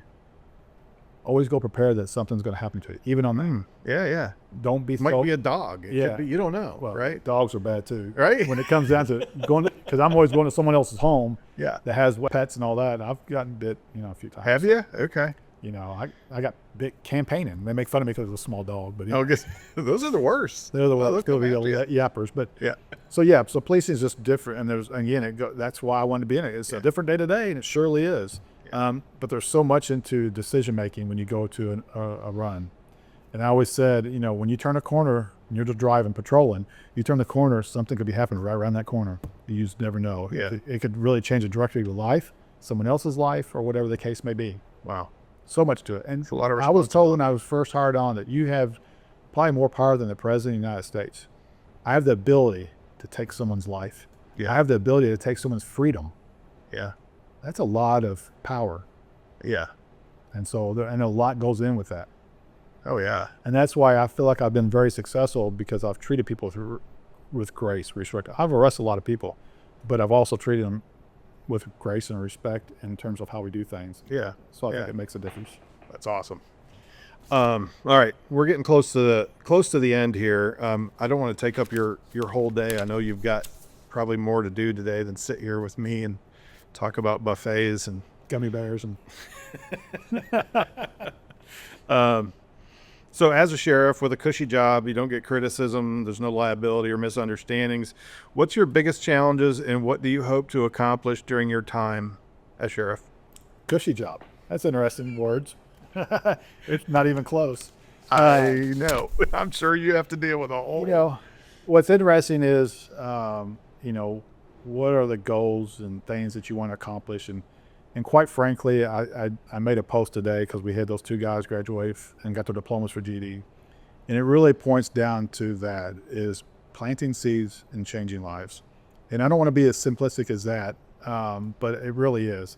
Because I can sit here and give you a list of, well, we want to add officers, correctional officers, dispatchers. We want to add a few more cars. We want to have this program in place.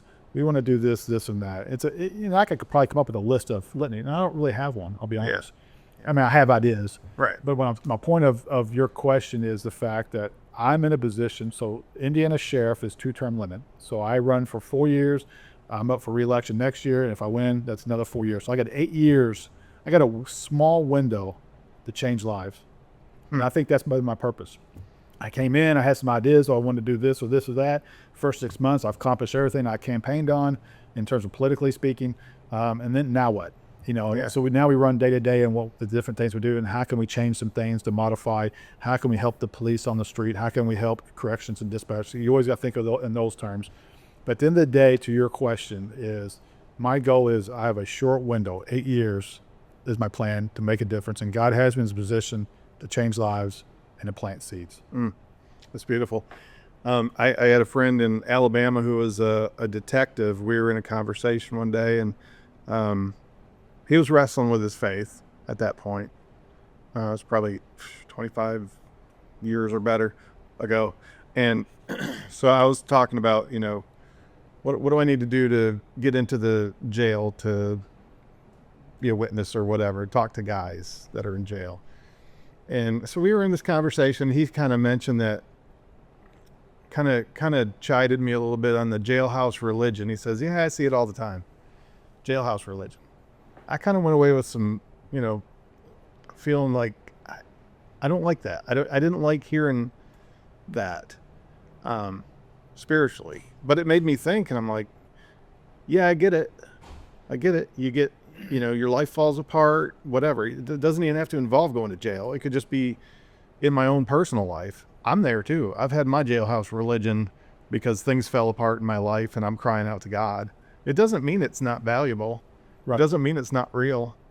Here's the thing. He is not wrong in terms of his terminology, jailhouse religion.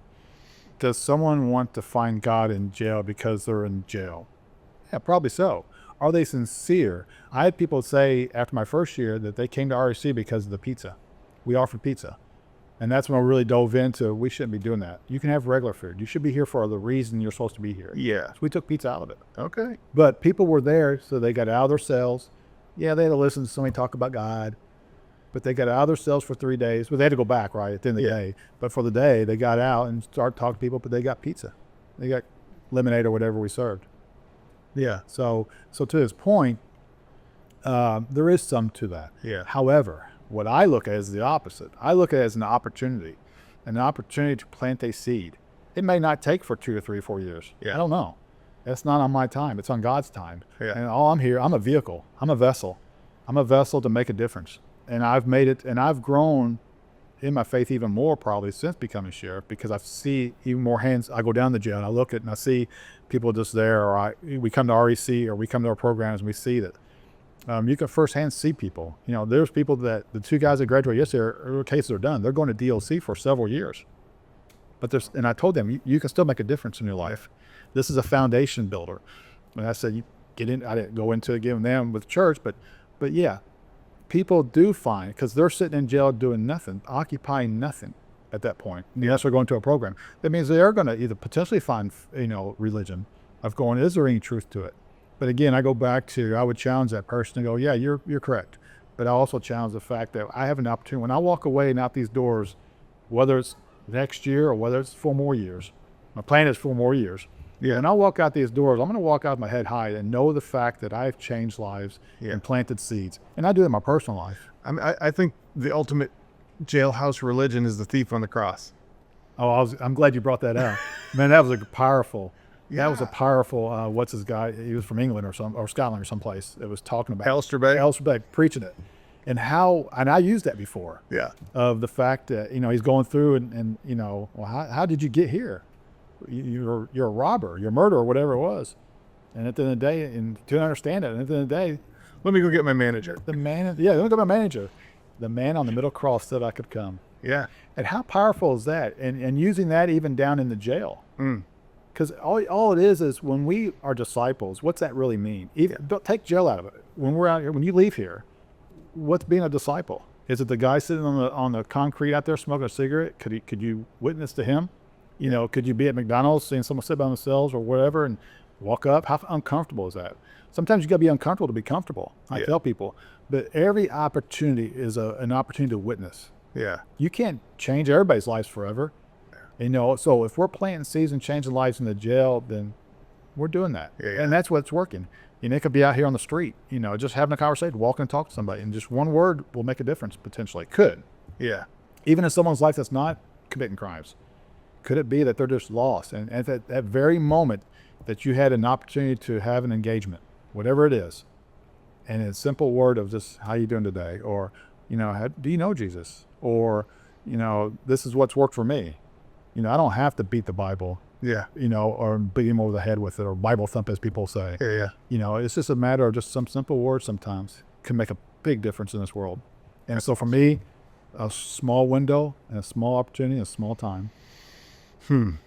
Well, this has been inspirational and educational for me.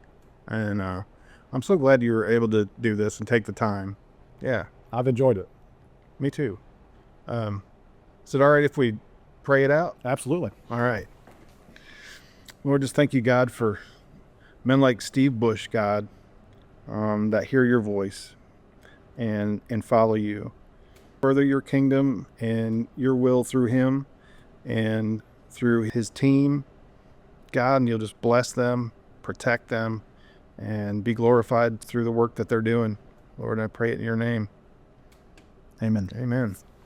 And we're back. That was a great conversation. There were a couple of things that stood out to me, and I wanted to, I kind of made some notes here, but I know you'll have some things to share too. But Well, let's jump in there. he mentioned the drive that he had kind of early on when he was still learning, where he had the conversation about Genesis on the way, and he had a discussion about Revelation on the way back. Yeah. And I was just like the totality of the beginning and the end all in one drive. I just thought it was cool that that kind of a conversation where you're talking about Genesis on the way and Revelation on the way back, that's not the kind of thing you would easily forget. So it kind of seemed like a marker for him that clearly he remembers it all this time later. Yeah. Yeah. And during the interview, one of the things that I guess was kind of a pleasant surprise was just how involved he is in the community, in trying to help in the lives of people. Yeah, we kind of talked about addiction and all the different things that police have to deal with, people on their worst day and that kind of thing, and to find that there's compassion there. And I know this is something that you and I have talked about recently, Jeff, that we have people in our lives that are dealing with addiction and patterns in their life that Mental are health issues, Yeah. wounds that are not surface wounds, things that we may not fully understand what's going on in their worlds. Yeah. right. So we both got people that are wrestling, struggling with that, and some of them are in the system or have been in the system, And it's just really comforting to know that, God sends people, that they don't look at them as a problem. These are criminals. We just need to lock them up. They're like, they want to see these people restored. And that's really encouraging. I think he said at one point that 330 inmates, or the potential for 330 inmates in the jail that they have, or in the system that they have, and the fact that he looks at that as 330 souls, 330 people that have been wounded or had a bad day, or caught in a cycle of addiction, or trapped in a mental health struggle that has led them to this place where suddenly they're a part of his world and the system that's in place there. That just seeing them as souls, and not, like you said, not as a problem, not as trouble. And he did say, and you've already quoted it, that he said that you're seeing people on their worst day. I understand that people have had bad interactions, and they, or they've seen people acting out, or maybe they don't have someone in their life that struggles with a mental health issue. Although I find that hard to believe these days, because I feel like we're struggling with so many more now. But sometimes people don't have a background, and so it's hard for them to be compassionate. I've always thought it would be, I'm not cut out for law enforcement, because I think I would become really callous to the fact that I'm dealing with real human souls, and people that, while they may be broken and they may have fallen into some bad habits or some bad places, that they're still people made in the image of God, and people that Christ died for. I think I'm the kind of person that with repetition could become hardened to that. I think some people God is wired uniquely for those kinds of roles, where he can interact with those 330 souls and see them as people that Christ died for, and people that need help, and that need kindness and compassion and a little bit of grace and mercy. So that I thought was really interesting. And like you said, the number of interactions that they have that are centered around mental illness or addiction, how prevalent those things are in our society. And even addiction, we think of addiction, or whether it's alcohol or drugs or whatever, as its own thing, but a lot of times addiction is tied to people self-medicating for a mental health issue that maybe was undiagnosed or something, and that's how they get relief from that mental health thing. So when I worked in education, we would have kids that had bipolar disorder, or anything else in that sort of behavioral area where they had a mental health struggle that maybe they were taking medication for, but that medication had side effects that they didn't like. And so they would get off of the medication and either get themselves in trouble, or they would want to self-medicate with other things. And those things would then become a problem in and of themselves. So, it's not surprising to me that in today's society that's sort of the central component to a lot of arrests and a lot of time that people spend in jail. But it's good to know, like you said, that there are people like him that have a compassionate heart for not only upholding justice and the protection of citizens, but also seeing the people that may be caught in that web of, or that cycle of self-medicating or dealing with those mental health things, that they still need grace and mercy and still need help, and seeing them as people and not a problem to be checked off of a list. Yeah. I don't know. I think you might make a decent police person, Jeff. I don't look good in hats. Well, that I hadn't thought about that aspect of it. Although Andy Taylor never wore a hat. This is true. He didn't wear a hat, so maybe. I think a pleasant person like yourself would be, it would almost be a nice experience to have you pull me over for speeding. You probably have a good conversation. Sure. I think I would be a good police officer in some aspects. Well, I think if you'd like, if you think it'll be a benefit to you, I can just randomly pull you over sometimes, just so we can have a good chat. Yeah. I mean, I'm on the move a lot, so that's sure probably one of the only times you'll catch me is if you pull me over. But the donut thing, that makes sense. Like that part of policing, That's the draw. I could get into. Well, I'm just saying I would do well, with the donut thing. Gotcha. I would do well with speeding around with lights and sirens on. Mhm. You also you also are knowledgeable about guns. I am not. I thought that was interesting that he's not a big gun guy, Yeah, considering his profession. Yeah, I think he just didn't want to have that conversation with me because I think he thought I was a weirdo. I was gonna have like show and tell, so I called him from outside. I'm like, "Hey, I've got my gun. Do you want me to have the slide back unloaded?" He says, "Well, why don't you just leave it out in the car?" So I think when I brought it up, he was like, let's just skip over that." And I say that because not too long after I see this Facebook post and he's out on the range with an AR-15. I'm like, okay, all right, Mr. Steve Bush, you just didn't want me to ask you to go to the range. That's what. Gotcha. No, I was surprised by that too. It's like it's not really a big emphasis for him. Guns and stuff. It's like a necessary tool for the job, but it's not. He made it clear. Speaking of tools for the job, he made it clear that communication and compassion are both essential elements to what he does, and to the team that he puts around himself. That it's one thing to recognize that you're dealing with broken human people and people, like you said, on their worst day. But if you don't have the ability to communicate well, it's easy to turn a rough moment into a worse moment. I've been married for 33 years. I can definitely attest to that.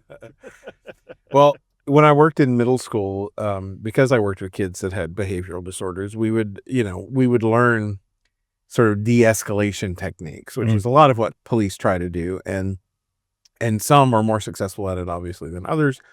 I don't think the sheriff or anybody else in law enforcement would try to pretend that there aren't some problem areas in law enforcement.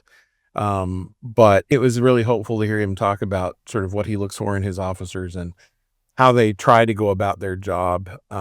Because, if you take somebody who's already on the edge and you don't know how to de-escalate that, and you don't know how to communicate with them. I mean, communication's key to any working relationship for sure. But especially when you've got somebody that is, on the edge and having a bad day, or they're high, or they're, feeling froggy and you don't want them to jump. Then you got to be able to communicate well and try to de-escalate that. And two, kind of mixed in with all that, is that having the compassion to recognize that, maybe this is not where they are 100% of the time. Maybe they're just having that rough day. Maybe they are high and they're under the influence of something. Maybe they are having a mental health issue where they're not seeing things clearly. And on any other day, they wouldn't be in that position. They wouldn't be at the edge. And so trying to navigate that well, not only for the sake of the community, but for the sake of the person that they're having that interaction with. Yeah. Yes. I've seen, I'm sure you have too, videos where an officer is not de-escalating, not trying to make the thing better. And I think I tend to believe that those officers are fewer and further between than some folks would have you believe. But yeah, it get clicks. Yeah, but that happens for sure occasionally. But the good officers, the ones that you see that are really doing their job well, they know that they need to de-escalate that thing and to offer help, and that they're there to serve, and not that they're going to let somebody run over them, but that they can still handle things with authority gently, in a way that hopefully gives them a cleaner resolution to the rough moment than what they might have otherwise. Yeah, it's interesting. I see the gospel in all of that, in the world of I guess from the outside, asking questions and hearing Steve talk about those things. It's like, without throwing a bunch of Bible verses out, or taking some kind of clearly religious approach. I see the gospel in all that, the way that he does communicate with people, the way that he works with people on his team. And it's a testament to the heart of God, because God is about restoration. He's about relationship. He's mercy. He's goodness. He loves us. And I see that coming through, even though we're talking about, a profession that has to deal with, kind of the worst behavior sometimes in the most desperate situations. It's like, you want to have that, good news come through, that patience, that grace. And for sure there's a parallel too in the notion that love and mercy and grace have to go hand in hand with justice, that God is both just and loving. Absolutely. Those are both parts of his character. And so, love doesn't mean there aren't consequences. It doesn't mean that justice isn't served.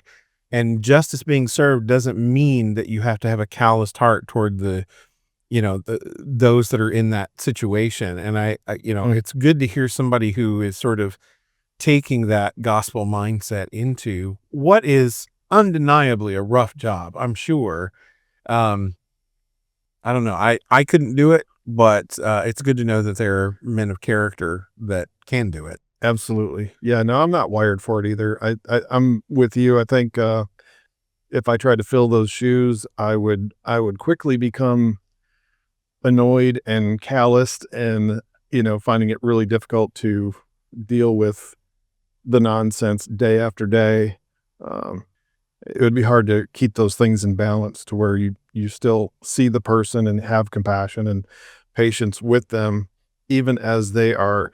I don't know. It's just some parallels there to being a missionary. In some cases, you go to some of the worst places, deal with some of the worst behaviors towards you, people that hate you. There's places you go as a missionary where you're kind of not welcome, and you're doing your best to bring this good news. And it's like, I think in some ways police face a little bit of that. Like, I don't think anybody sees the lights behind them and the siren come on and go, "Oh, I get to talk to a police officer, so this is going to be fun." Yeah. It's like, oh my goodness, So yeah, it's I love the fact that those guys are out there. Yeah, absolutely. I hear people talk about, we need to defund the police and all that kind of stuff. It's like, gosh, do people even understand what you're saying? I mean, do you know what anarchy looks like when there is nobody to call? I mean, the cities that have defunded, I think. Oh, you said defund. I thought you said defund.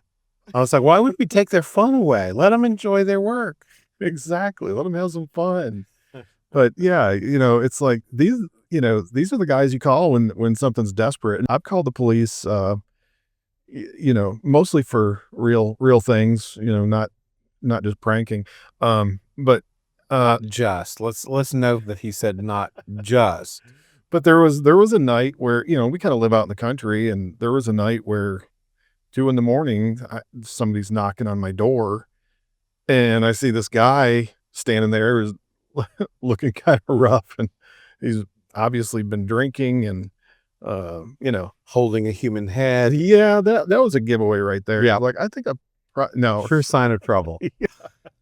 But it was kind of cold out. He just short sleeve t-shirt thing going on. And so I opened the door, and, the inside door, and, I'm like, dude, I've got my family in here. I can't let you in. Oh, you call somebody for me. And, it was a bad number. And, being the protector of my family, and, at that time I was between guns. I didn't have anything in the house. So, no way of protecting against somebody who was armed. So the claymore. Yeah, I had to use the grenade, but no, I had this fear, like, what if he's not the only one? What if there's somebody going around to the back door? Sure. All these things kind of raced through my head. So, I called the police and said, "Hey, I got a guy out here." And it was so comforting to know that there was somebody to call. Yeah. For something that potentially I wasn't going to be able to handle. Sure. I gave Absolutely. the guy a sweatshirt. So yeah, he was going to wait out there. Then he decided to walk down the road, and I called the police later, and they, let me know that they'd picked him up and dropped him off where he needed to be. And so, but yeah, That's good. like you want to defund that? Right. Come on. Right. And here's the truth. When you're talking about something like that movement, every career path, every profession, every organization that you can involve yourself in is going to have someone who's not doing the job well. Mm. You're always going to run into messy, troubled people, no matter where you go. They're Mostly fast food places, people that shouldn't be in those jobs. correct. No, but you run into that, and so you can't judge an organization by the bad apple. No. And I think because of the age of social media, you can easily curate all the worst examples and make it seem like this is just how it is. It's how everything is. And I think that's kind of, it happens to me that I can look at, social media and just see political things or crime things or just cultural things and feel overwhelmed and saddened and whatever. And then I have to reset my brain that this is a small fraction of society. It's not what's real. It's not what necessarily what my neighbors are thinking. It's not necessarily and so we need to have those interactions, those personal interactions, and not judge everything based on a small sampling of what's being presented to us. And so people need to just turn off social media and all that stuff and just go listen back to our podcast and watch cartoons. I've switched to cartoons, and life is just a whole lot better and more realistic. And if you need that violent fix, then you turn on the Three Stooges and you get the best of Moe, Larry, and Curly. Well, sure. I mean, that's good. And Coyote, he likes to drop an anvil here and there, and you kind of blow off some steam like that.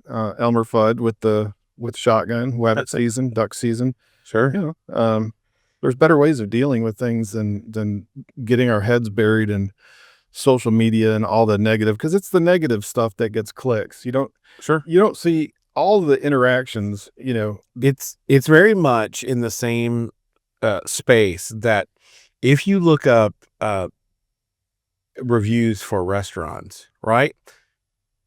If you go to a restaurant and you have a good experience, what are the odds that you're going to go home and go, you know what? I should let people know how great my experience was. Whereas if you have a bad experience, you're like, oh, people need to hear about how bad that experience was. You know what I mean? I usually do that, even if I did have a good experience, just to keep people away from my restaurant, because I don't want to have to wait for a table. So sure. Gotcha. So if you're reading my reviews, if I say it's a bad restaurant, then it's probably really good. Gotcha. Okay. Yeah. You heard it here first, folks.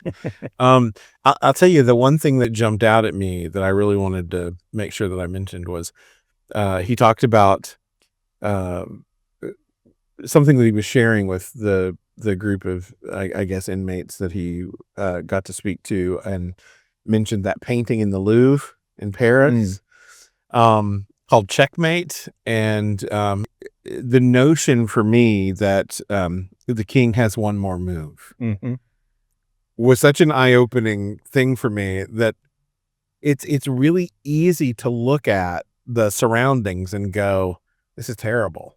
Like we were just talking about social media. It's really easy to look at that and go, this is awful. The world is a terrible, corrupt, awful place. And to get fixated on what's bad and what's wrong, what's badong. To quote, just made a new word. to quote Kung Pao. Oh, okay. But it's really easy to fixate on those things and to grow discouraged, right? But the notion that the king has one more move, the king isn't done. This game is not over. It can look bad. Take the disciples, day 2 after the crucifixion, the disciples they're not having a good time. They're not seeing another move. They're not, and you can say, well, Jesus told them that it wasn't going to be the end, but they had a history of not really listening very well, and misunderstanding what they did here. If you put me in front of a chessboard, I'm going to look at it and go, how do you king me? Where are the checkers and what's with all these weird pieces? Like, I don't know chess. I don't know anything about chess. It's like my son trying to explain Dungeons and Dragons or, any other tabletop game to me that I've never played. I'm just like, it's over my play head. Uno. That's about the extent of my gaming skill. Yeah. And I cheat at that. Do you? Oh, absolutely. How do you cheat at Uno? Oh, you just grab some draw fours and slide them under your leg. And Oh, okay.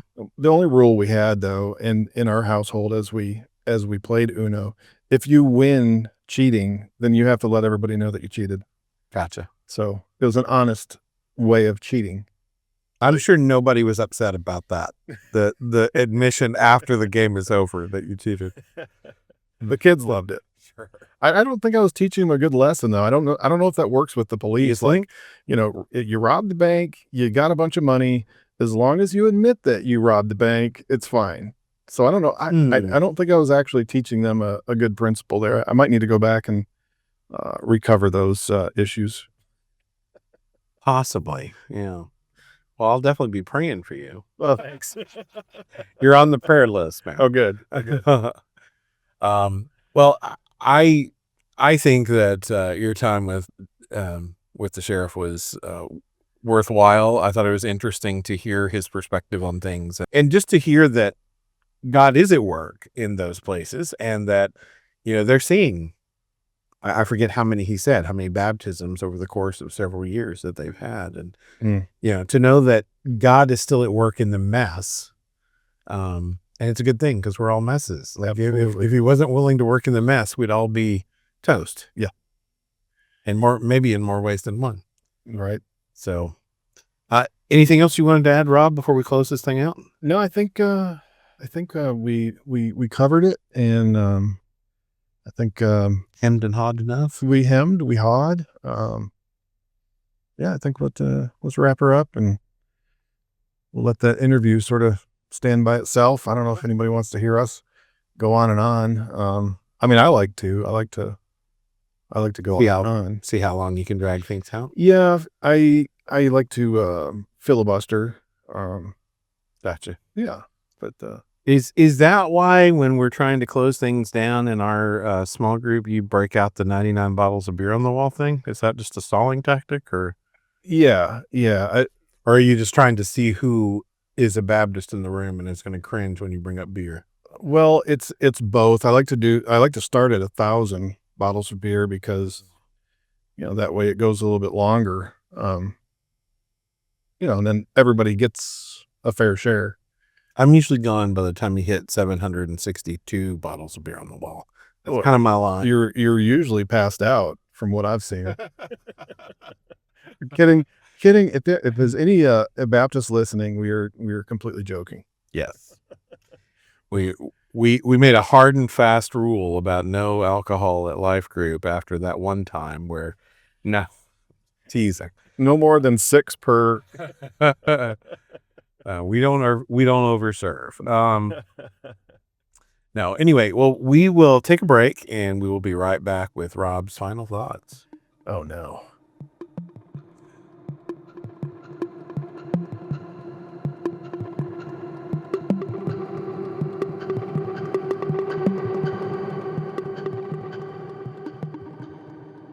And now for this episode's final thought with my good friend and co-host, Rob Sharp. So I'd like to close out by talking about something that's strange and interesting. Me and Jeff have talked about this several times, and I've got several other friends that, as we look back through our long history of wrestling through many spiritual battles and times of growth and failure, and God helping us in our understanding. Like, I think, we were there too. It's not like we don't relate to this phenomena, but from where we stand, from where I stand, in grace. It is strange to look at the perspective or the seeming perspective of other people.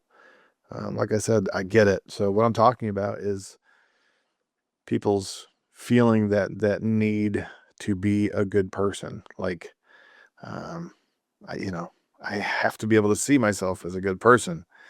I need the people around me to see me as a good person. That matters. Um, and I get that. I used to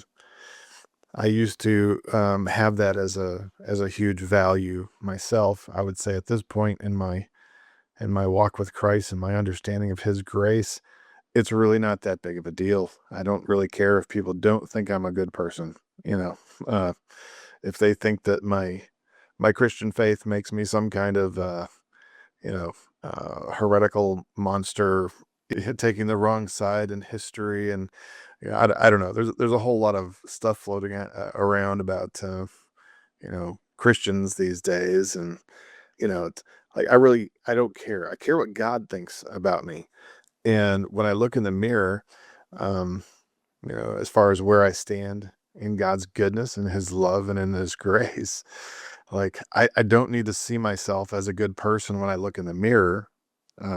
I see myself as a person covered by the love and the grace and the goodness of God through his son Jesus on the cross.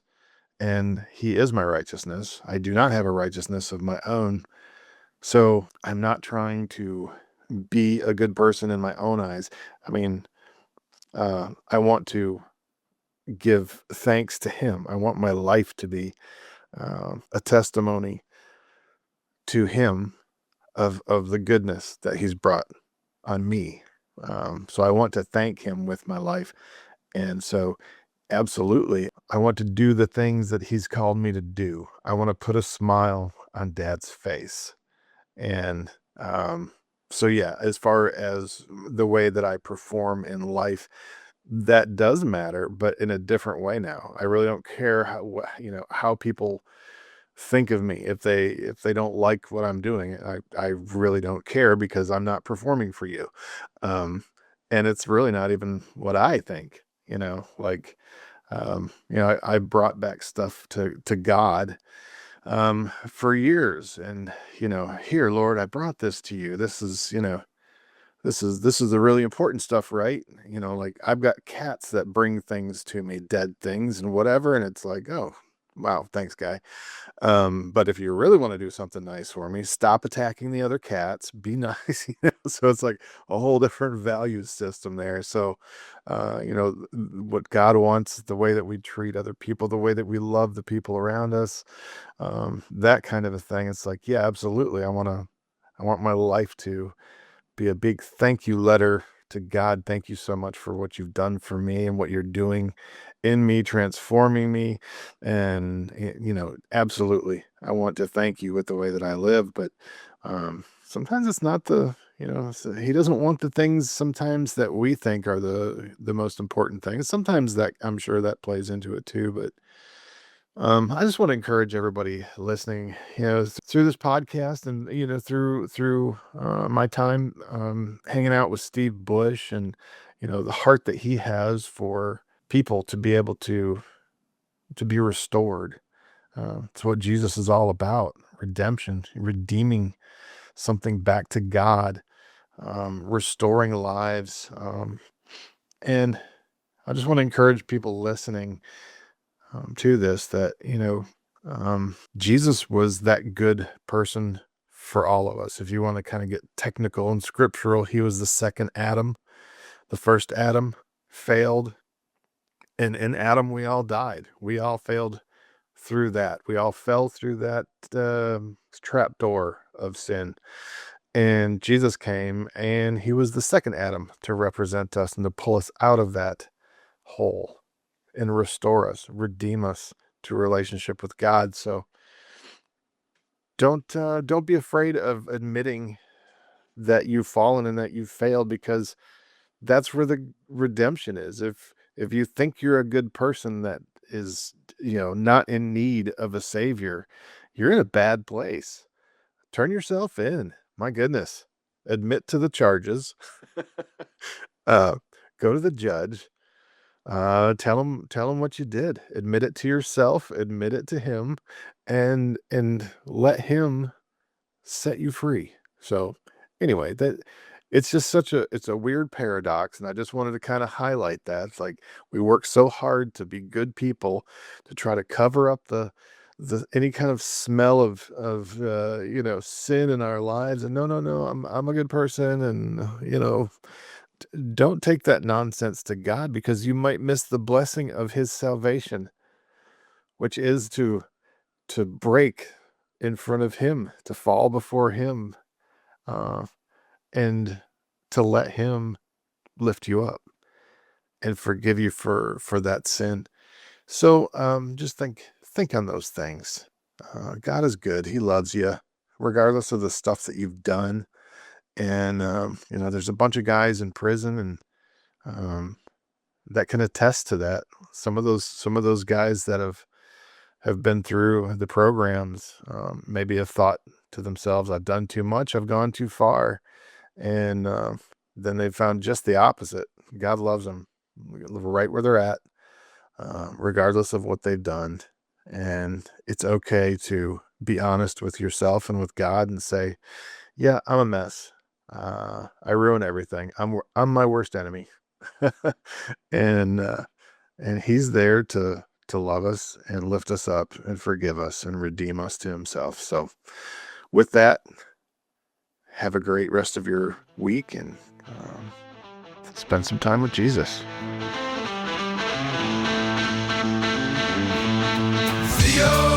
Theododos. Theododos. Rob and Jeff and guests, give the Lord. Theododos, back for more.